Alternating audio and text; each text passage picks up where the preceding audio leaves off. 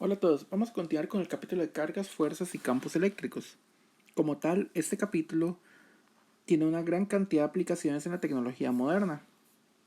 De toda la tecnología que utiliza electricidad tiene su origen en este capítulo. Por ejemplo, la carga de las baterías de los celulares, la corriente que se proporciona por los tomacorrientes, lo que se conoce con el concepto de voltaje. Todo viene de la misma teoría. La historia de las cargas eléctricas viene desde los antiguos griegos.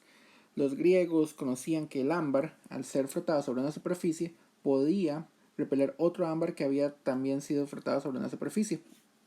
Eso les dio a ellos el concepto de que existía una fuerza a distancia. Muy bien, los griegos también conocían otra piedra más llamada magnetita, que tenía una propiedad, digámosle, similar. Sin embargo, hasta mucho tiempo después se comprendió la diferencia entre esos dos fenómenos, entre el fenómeno que pasa en el ámbar, al cual los griegos llamaban electrón, y el de la magnetita. Muy bien, resulta que esta teoría eventualmente pudo identificarse que existen diferencias en las cargas eléctricas. O sea, cuando hay un fenómeno eléctrico ocurre debido a la presencia de una carga eléctrica. Esa es la primera parte de lo que vamos a ver ahora.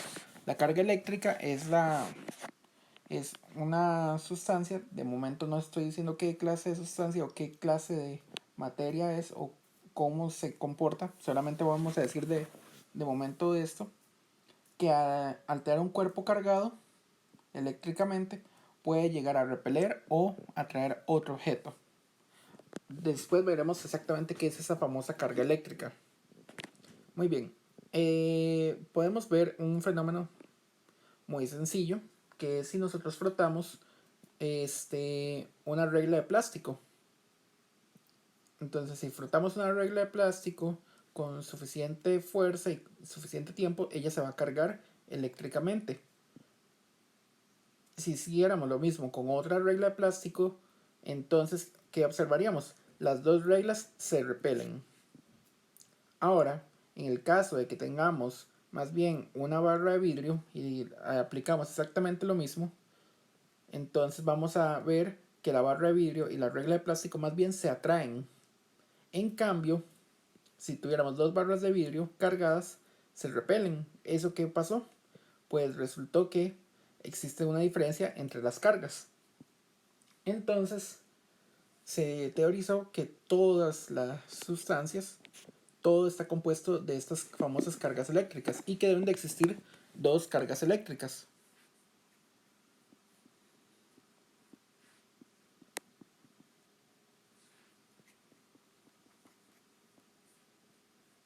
Las positivas y las negativas.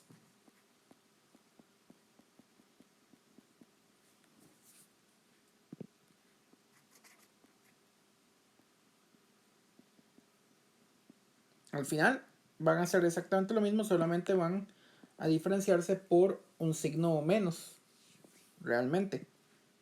Entonces, las cargas eléctricas pueden ser positivas o negativas. Un cuerpo nulo, un cuerpo nulo o que no esté cargado eléctricamente, va a pasar de que tiene igual número de cargas positivas como negativas.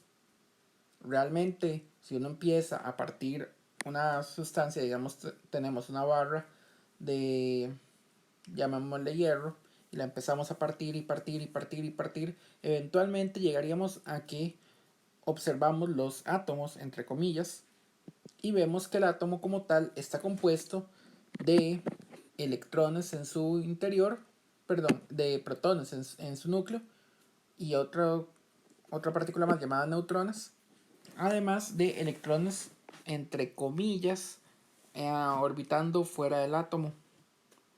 Entonces, el átomo como tal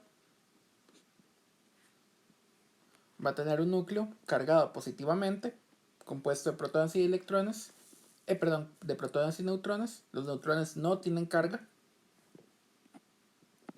Y electrones, entre comillas, orbitando. Realmente el modelo del sistema solar no es el más adecuado, pero es un primer modelo que puede ayudar a visualizar cómo puede ser el átomo. Entonces, por ahora digamos que el átomo se parece mucho a un sistema solar. Solo se parece. Realmente tiene unos defectos pensar que el átomo es así. Pero en lo que sí estamos de acuerdo es de que el núcleo va a estar cargado positivamente y la nube de electrones que está alrededor va a ser cargada negativamente. Ok. Entonces, regresando, tenemos dos clases de cargas eléctricas, positivas y negativas.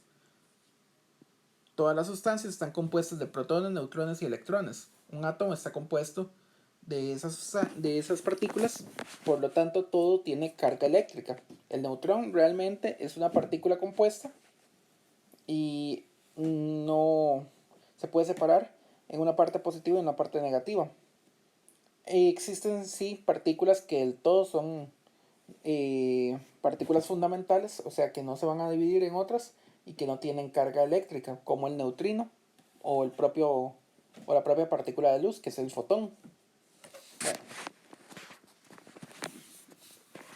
continuamos. Entonces existen dos cargas eléctricas. Hablamos de que un cuerpo cargado puede repeler o atraer otro cuerpo cargado.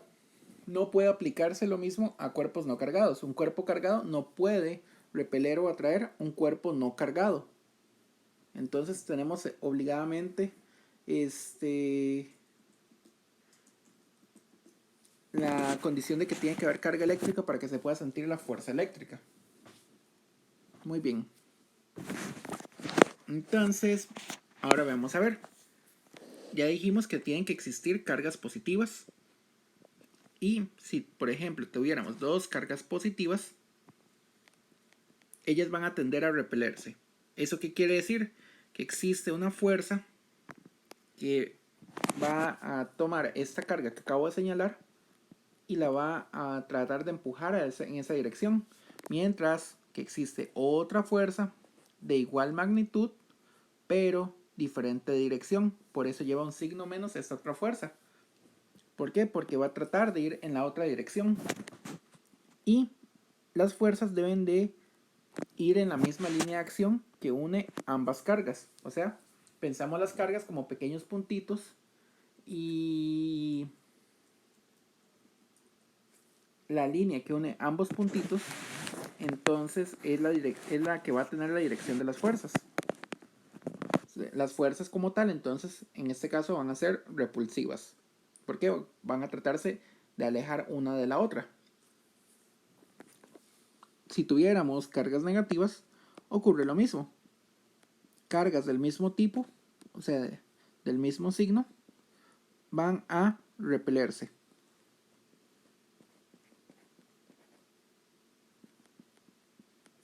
Y, por último,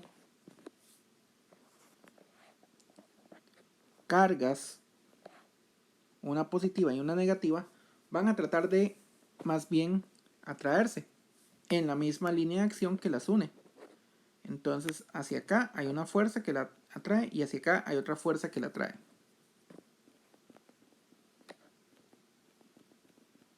Como vemos, siempre estamos en pares de fuerza y menos fuerza, entre comillas. Ok. Entonces, esto nos da un indicativo de cómo se deben de comportar las cargas. Ok, ya sabemos la primera regla. Las cargas del mismo signo se repelen, cargas de signo diferente se atraen. Con esto vamos a encontrar la dirección de las fuerzas. Ok, voy a limpiar acá. Y ahora vamos a hablar de la ley de Coulomb. Entonces,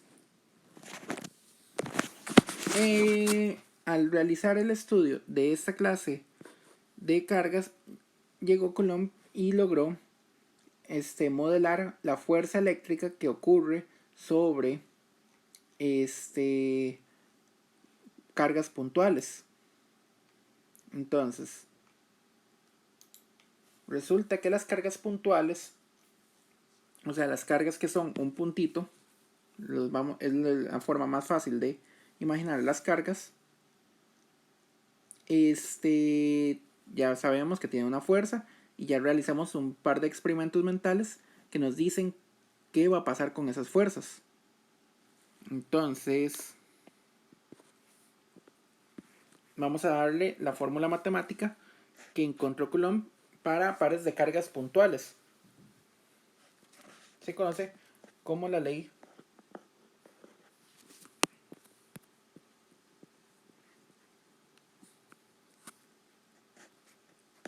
de Coulomb. Coulomb lo que hizo fue un experimento muy sencillo. Más o menos tenía una línea muy delgadita con una barra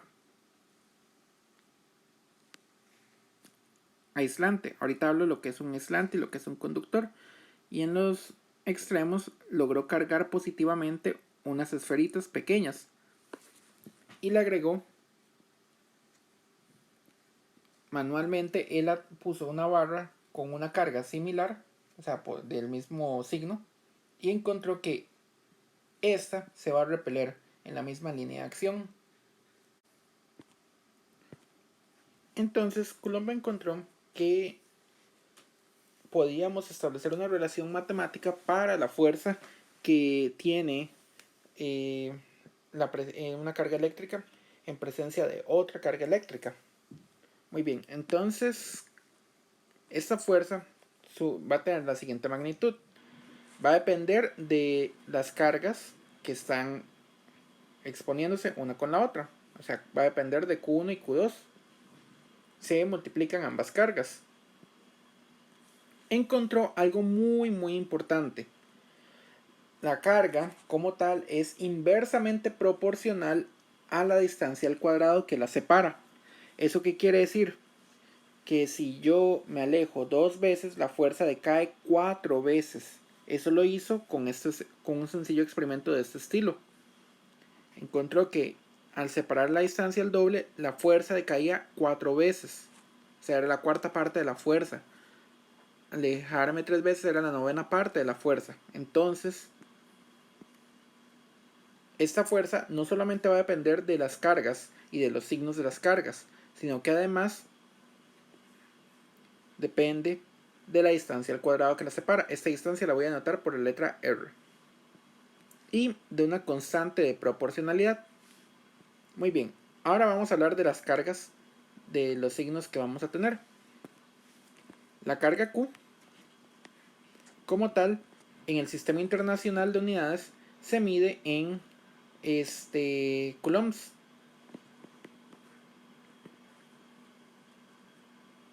El signo es una C. Por ejemplo, 3 coulombs, 5 coulombs. Sin embargo, el coulomb es una unidad muchas veces muy grande. La mayoría de veces siempre vamos a medir en milicoulombs, microcoulombs, 10 a la menos tanto coulombs. Ok.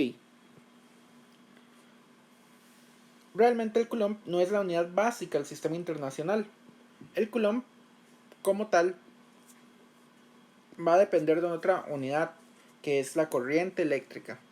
Eso fue por el experimento que decidieron generar en el Sistema Internacional de Unidades para poder definir lo que era el coulomb. El coulomb es realmente una unidad muy difícil de medir.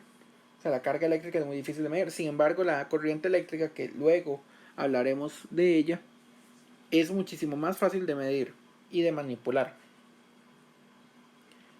Entonces se decidió que el ampere fuera la unidad básica del sistema internacional. El ampere es la unidad de corriente eléctrica. Entonces un coulomb es un ampere por segundo. Muy bien. De eso de momento. El ampere es la unidad del sistema la unidad básica del sistema internacional. El coulomb es una unidad compuesta, un ampere por segundo. Eso es todo. Ok. Entonces, como yo les mencioné, todo tiene carga eléctrica. Un electrón, por ejemplo, lo vamos a anotar por la letra E. Un electrón tiene 1,602 por 10 a la menos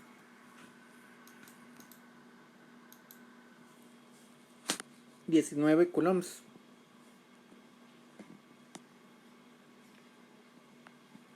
Ok, realmente el electrón es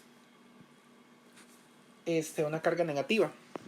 Vamos a anotar como un E o un L o una carga elemental 1,6 por 10 a la menos 19 coulombs como carga elemental. Y la carga de un electrón la voy a llamar carga sub E, va a ser igual a menos un E menos una carga elemental. Entonces esto nos da una forma de convertir cargas del sistema internacional al sistema de cargas elementales, de ser el caso. Ok, también un objeto cargado arbitrariamente Q va a tener en su valor absoluto, o sea, en su forma positiva, ya recuerden, tenemos tanto positivos y negativos, n veces cargas elementales. O sea, la carga como tal es una unidad discreta. O sea, va de cuántas veces, cuántos electrones puedo tener, cuánto exceso de electrones puedo tener o cuánta falta de electrones puedo tener. Un cuerpo cargado negativamente es porque tiene un exceso de electrones. Debido a que el núcleo atómico es de carga positiva, entonces cuando tenemos un cuerpo cargado positivamente, resulta que es que en realidad tenemos una falta de electrones en ese cuerpo. Hay más cargas positivas que negativas, por eso se dice que el cuerpo está cargado positivamente. Ok, hasta el momento no les he hablado de la constante de proporcionalidad K. K es igual a 8,98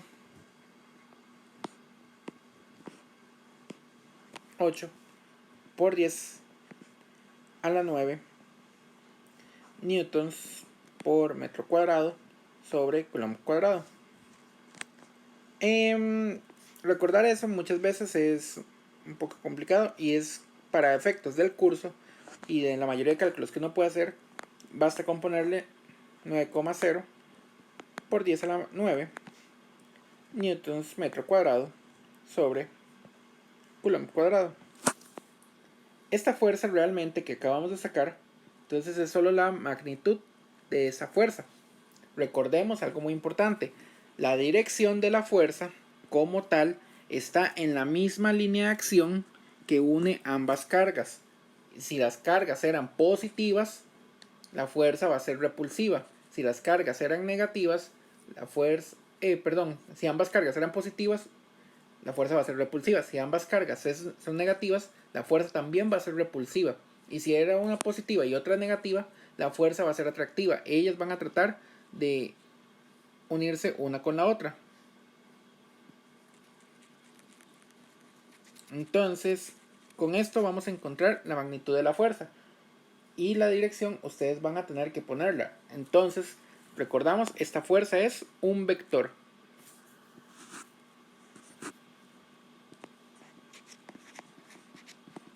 Aquí yo solo estoy con la magnitud. Esto es solo la magnitud.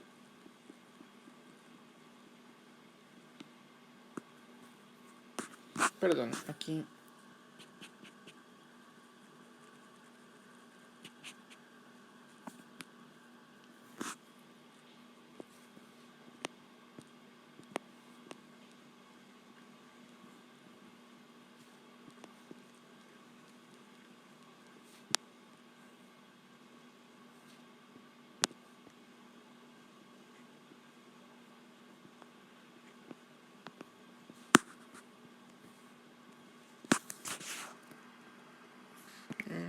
Solo magnitud. Ok. Entonces requiere una dirección. No nos podemos olvidar de lo que son los vectores. Por ejemplo, vamos a hacer un ejemplo muy sencillo. Vamos a tener 3 cargas puntuales. Aquí tenemos el plano cartesiano, X, Y. Y vamos a tener 3 cargas puntuales. Una en el origen, otra por acá y otra por acá. Separadas 1 metro de distancia siempre, 1 y 1, sobre la parte que están en los ejes. Esta otra parte debe estar separada raíz de 2. ¿Esto cómo lo sé? Por Pitágoras. Ok. Esta carga voy a decir que vale 1 milicoulomb positivo. Esta otra va a valer más 2 milicoulombs. Y esta otra va a valer menos 1 microcoulomb. Esta vez voy a usar la unidad micro. Recordemos, mili 10 a la menos 3, micro 10 a la menos 6. Bueno, ya encontramos la primera parte del problema. Lo que queremos saber es cómo son las fuerzas en cada una de estas cargas. Ok, la fuerza más sencilla, por ejemplo, se agrupan en pares. Y esto nos va a dar la siguiente parte del problema. ¿Qué pasa cuando hay más de una carga? Cuando hay más de una carga, las fuerzas se suman por pares. O sea, yo tengo que tomar la carga 1 con la carga 2 y luego la carga 1 con la carga 3. Siempre se hacen en pares. Si tenemos 3 cargas, buscamos la fuerza de esta carga con esta carga, la fuerza de esta carga con esta carga, y ya tengo la fuerza sobre esta carga. Simplemente la sumo. Eso se llama principio de superposición. Entonces, ¿qué vamos a hacer? Si yo quiero la fuerza neta sobre la carga que está en el origen, esa es la pregunta que vamos a hacer. De momento, la pregunta A. Entonces, ¿qué vamos a hacer? Vamos a obtener la fuerza de esta carga, voy a llamarle carga 1, sobre la carga 0. Y esta es la carga 2. La fuerza que 1 ejerce sobre 0, entonces observen, una carga es negativa y la otra es positiva. Es una fuerza atractiva. Esta fuerza tiene que ir en esta dirección. Ahora, la fuerza que hace 2 sobre 0, ambas cargas son positivas, tiene que ser repulsivo. Esa sería la dirección de esta otra fuerza. La fuerza total que se está ejerciendo en este sistema es la suma vectorial de esas dos fuerzas. O sea, este vectorcito en amarillo que acabo de dibujar. Esa sería la fuerza total. Entonces saquemos la magnitud de la fuerza que 1 ejerce sobre 0.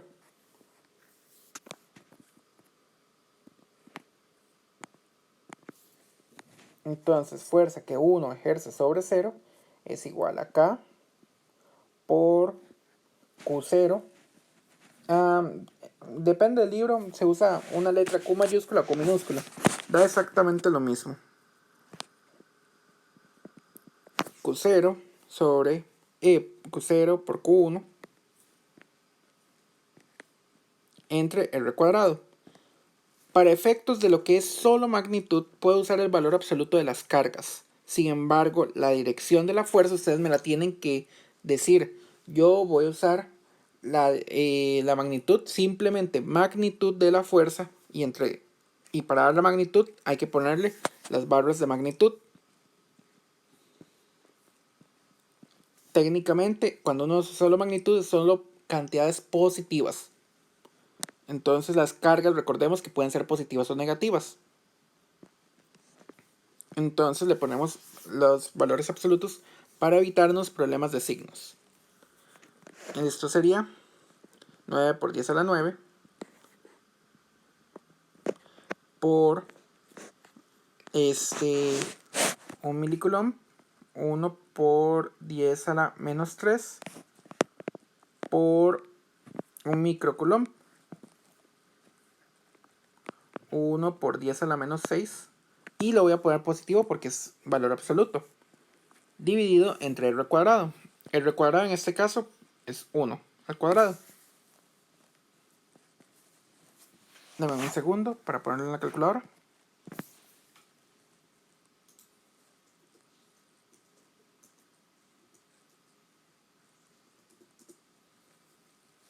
Entonces, 9 por 10 a la 9 por 10 a la menos 3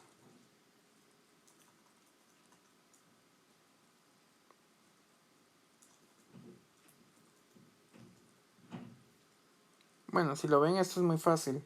10 a la 9 se cancela con el 10 a la menos 3 y se cancela con el 10 a la menos 6. O sea, al final vamos a tener 9 newtons de fuerza.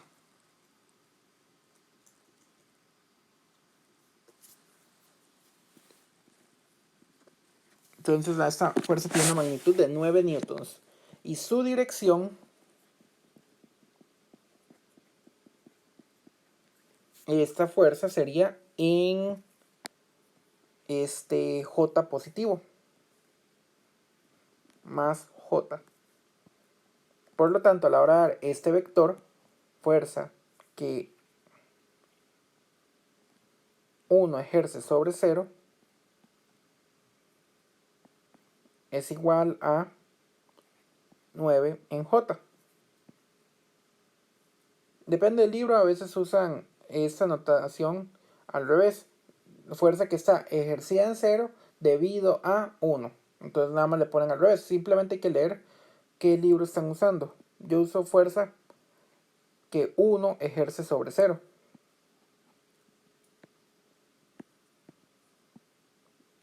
Ok, ahora vamos a ver lo que la fuerza de la carga 2 ejerce sobre la carga 0. Una situación similar. Fuerza que 2 ejerce sobre 0 en magnitud, perdón. Recuerden que cuando estamos hablando de un vector, la barra no significa valor absoluto, significa magnitud, el tamaño del vector. Son conceptos muy similares, sin embargo el valor absoluto aplica a números. Magnitud aplica a vectores. Entonces, lo mismo, 9 por 10 a la 9. Y la carga, un milicoulomb, 1 por 10 a la menos 3. Y esta otra, 2 por 10 a la menos 3, dividido entre la distancia que lo separa al cuadrado, 1 al cuadrado. Ok. Esto sería 18, 10 a la menos 9, entonces vamos a ver. Perdón, 10 a la 9, y tenemos 10 a la menos 3 y 10 a la menos 3, eso sería estos dos 10 a la menos 6. Entonces 18 por 10 a la 3, eso sería lo que queda. Newtons. Vemos que esta otra fuerza es considerablemente mayor, 1000 veces mayor, debido a que la carga de un microcoulomb, yo la puse así para que recordemos ese prefijo, es 1000 veces menor, que es en términos de órdenes de magnitud, que la carga de 2 milicoulombs. Por lo tanto, esta otra fuerza es considerablemente mayor. Muy bien. Y la dirección de esta fuerza como tal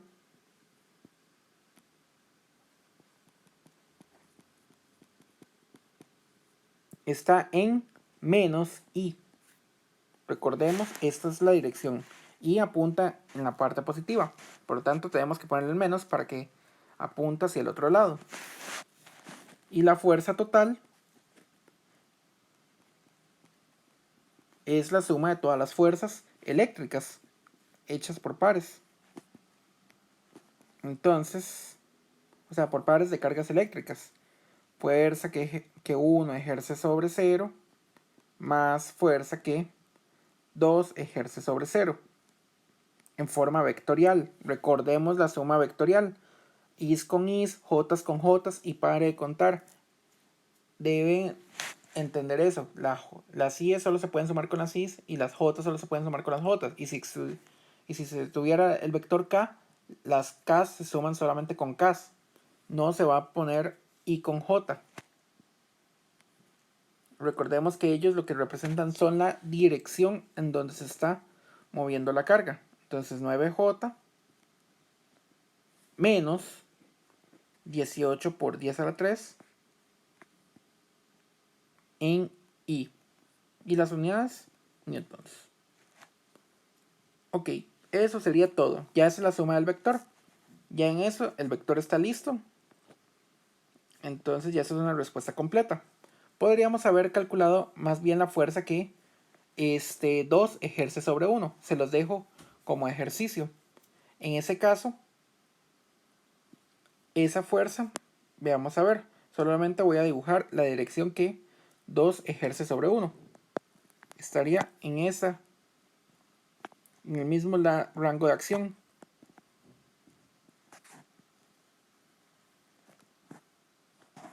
Perdón. Son cargas de signo opuesto. Estaría en esta dirección. Esta tendría dos componentes. Entonces lo que están sacando es la magnitud del tamaño del vector. Eso es lo que ustedes estarían sacando. Si quieren en forma de componentes cartesianas, deben de descomponer este vector. Por lo tanto, deben de encontrar algún ángulo apropiado para usar trigonometría y encontrar la magnitud del vector. Ok.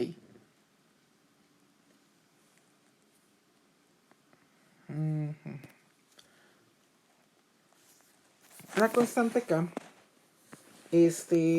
viene realmente de una constante un poco más fundamental que se llama permisividad del espacio libre o permisividad del vacío.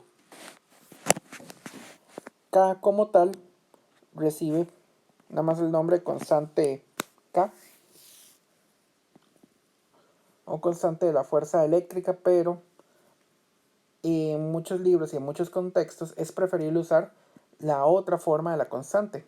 K es igual a 1 sobre 4pi epsilon 0 en el Sistema Internacional de Unidades, donde epsilon 0 es la constante que les mencioné, la permisividad del espacio libre o permisividad del vacío.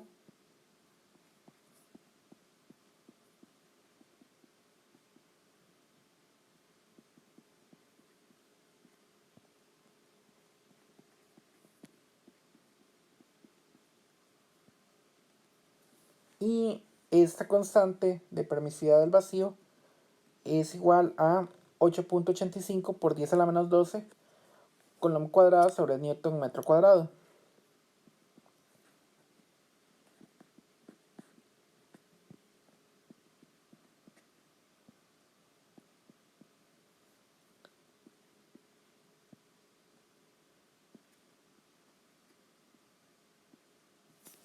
Ok, esta constante como tal, para efectos del curso, de momento no la vamos a utilizar mucho.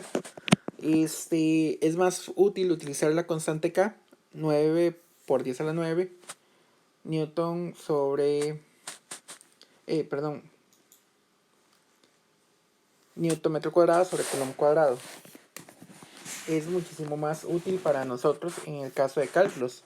Sin embargo, esta constante permisividad del vacío tiene numerosas aplicaciones teóricas que simplifican muchísimo las ecuaciones que se están utilizando.